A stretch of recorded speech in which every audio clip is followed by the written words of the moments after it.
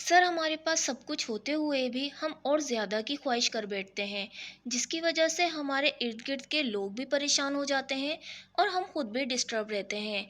लेकिन हम अपनी ख्वाहिशात को फिर भी नहीं दबाते और ना ही इतना एहसास करते हैं कि हमारी ख्वाहिशात से कहीं किसी की दिल आज़ारी ना हो रही हो, और हमारी इसी नादानी की वजह से घरेलू नाचाकियाँ बढ़ जाती हैं।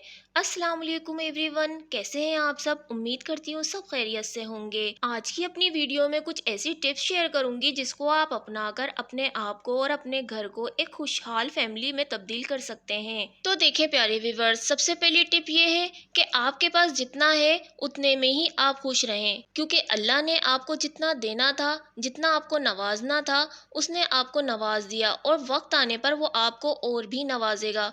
लेकिन बस एक वक्त उसने मुंतखब किया होता है और वो उसी वक्त पर सबको नवाजता है। बस आपने मायूस नहीं होना है और अल्लाह की ज़ात बेनियाज है। बस आपने एक काम करना है, अपने अल्लाह की रस्सी को दिल से थामे रखना है। आप जिस मजहब से भी ताल्लुक़ रखते हैं, बस अपने रब के ऊपर पूरा भरोसा रखें। उसने यकीनन आपके लिए अच्छा सोचा होगा, ना कि आप घर में लड़ाई झगड़े या फिर अपना मुंह फुला लेना और बात ना करना 2-2 3-3 दिन तक। इस तरह से बहुत सारे घरों में देखा गया है और फिर इससे बच्चे भी डिस्टर्ब होते हैं। इस तरह के जो मामलात होते हैं ना, इससे बच्चों के ज़हनों पे बहुत बुरा असर पड़ता है।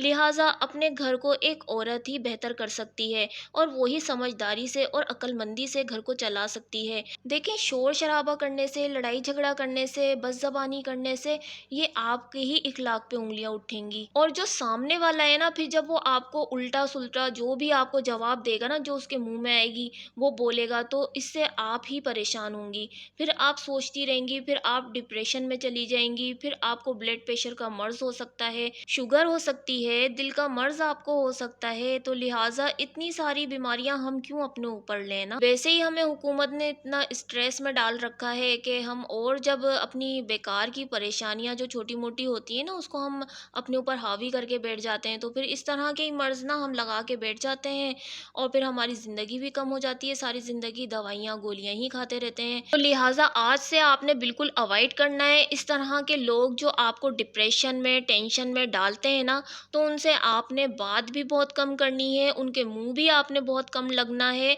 यानी कि आपने अपना रास्ता बिल्कुल ही अलग कर लेना है। इसी तरह से आप अपना बचाव कर सकते हैं। और दूसरी अहम टिप है कि भाई सास नंदों के रिश्ते ना बहुत ही कमज़ोर रिश्ते होते हैं, यानी कि बहुत ही नाजुक होते हैं और इनमें लड़ाइयाँ भी सबसे ज़्यादा होती हैं। और आजकल तो ये हर घर में ही मसला है कि सास नंदों से किसी की बनती नहीं है। और कुछ सास नंदें भी ऐसी ही होती हैं। पहले तो वो बहू लेकर आ जाती हैं, फिर उसको ऐसा समझती हैं कि वो घर की शायद एक नौकरानी है, उनके घर का फ़र्द नहीं।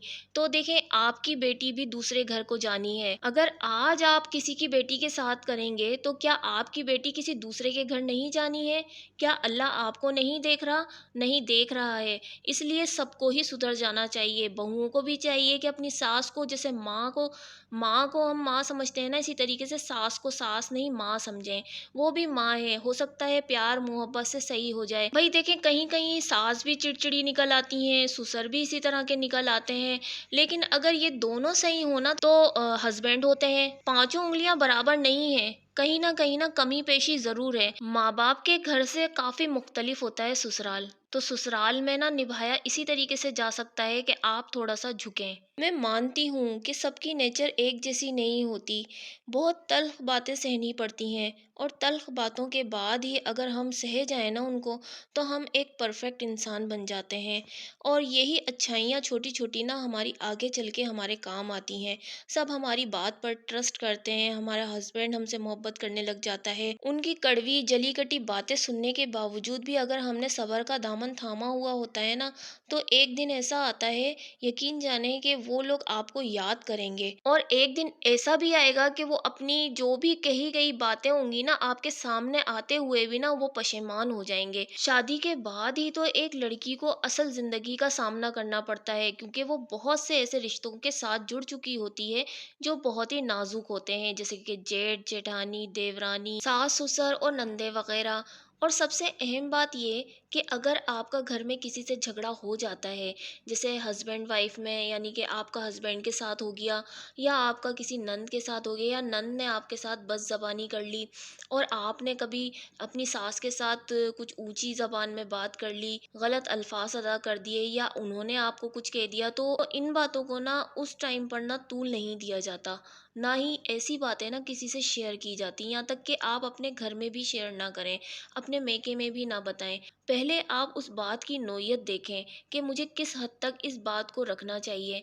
अगर बहुत ज़्यादा हो रहा है, आपके साथ ना इंसाफ़ी हो रही है, आपके ऊपर इल्ज़ामात लगाए जा रहे हों झूठे, अक्सर घरों में होता है, यहाँ तक कि हाथ भी उठाते हैं हस्बैंड, नंदे भी हाथ उठाती हैं, सास भी हाथ उठा लेती हैं और ससुर भी बहुत बुरा भला कहते हैं। लेकिन अगर जो औरत घर बनाने वाली होती है ना, वो इन सब बातों को भी बर्दाश्त करती है। क्यों? क्योंकि उसके सामने ना बच्चे होते हैं उसके, नज़रअंदाज कर रही होती है। ये बात नहीं होती है कि औरत कमज़ोर है। चलो एक बात मान भी लेते हैं कि औरत कमज़ोर है, और जो औरत इस तरह की बर्दाश्त करती है ना और कमज़ोर बन के दिखाती है, वो सिर्फ़ इसीलिए बनती है कि कल को उसको बातें सुनने को ना मिले। क्योंकि हमारे माशरे के अंदर ना औरत को बहुत ज़लील कर दिया जाता है।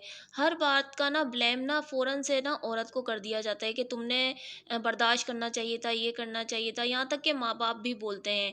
चलो एक हद तक ठीक होता है कि हाँ, बर्दाश्त करना चाहिए, लेकिन उस औरत को कमज़ोर समझ के उसके ऊपर ज़ुल्म कर रहे हों, उसके ऊपर तशद्दुद कर रहे हों, उसके ऊपर नाजायज़ इल्ज़ामात लगा रहे हों, तो फिर औरत को बर्दाश्त नहीं करना चाहिए। क्योंकि जिस घर में ये वाक़यात देखे गए हैं ना, जहाँ-जहाँ भी सुनने में आया है, मेरी जहाँ तक पहुँच जा चुकी है, तो उस घर में ये वाक़यात इस तरह से पेश आते हैं, या तो वो शख़्स नफ़सियाती होता है या फिर उसके घर के अंदर वालिद या वालिदा या फिर उनमें से कोई उसकी बहन नफ़सियाती होती है, या फिर वो ड्रग्स वग़ैरह ले रहा होता है। तो इस तरह की जो शादियाँ होती हैं ना, वो बहुत ही कम चल पाती हैं। ख़ैर, जहाँ तक भी आपसे हो सके ना, अपने घर को बनाने की कोशिश करें और अवॉइड करें थोड़ा ना लोगों को बताने से। क्योंकि एक दिन आपकी ये जो लड़ाई झगड़ा है ना, वो तो वक़्त गुज़रने के साथ-साथ ना आप भूल जाएँगे, आपके घर वाले भूल जाएँगे। लेकिन फिर बाद में इसका रिज़ल्ट क्या निकलने वाला है कि जिससे आपने वो बात शेयर की होगी ना, तो जब कभी भी आप उससे मिलेंगे ना, तो वो आपसे ना वही बात डिस्कस करेगा जिसकी शिकायत आपने उससे की थी। तो इससे क्या होगा कि वो बात रिपीट होगी और आप मेंटली डिस्टर्ब हो जाएँगी, और फिर दोबारा से आप वही बात सोच के अपने हस्बैंड से या फिर घर में किसी भी जिस शख़्स से आपकी ना अनबन हुई थी, उस टाइम पर आप दोबारा उससे मुँहमारी कर लेंगी। मेरी ये टिप उन लोगों के लिए है जिनकी अभी शादी होने वाली है या हो चुकी है या 2-3 साल हो गए हैं। क्योंकि 2-3 साल भी ना आदमी को समझने के लिए ना बहुत कम अरसा होता है।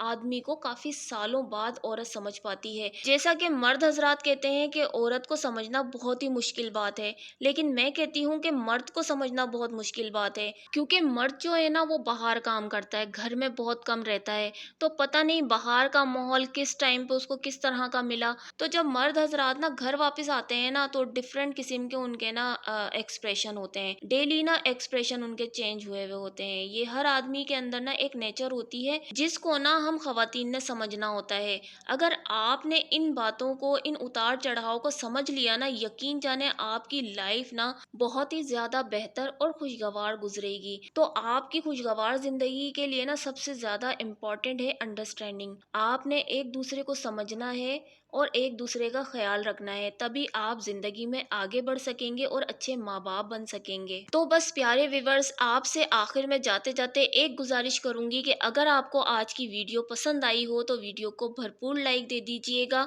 और प्यारा-प्यारा सा एक कमेंट कर दीजिएगा। मुझे आपके कमेंट का बेसब्री से इंतज़ार रहता है, क्योंकि इससे मुझे मोटिवेशन मिलती है। और नए आने वालों से गुज़ारिश है कि आपने अभी तक चैनल को सब्सक्राइब नहीं किया, तो सब्सक्राइब कर लें इसी तरह की ज़बरदस्त वीडियोस देखने के लिए।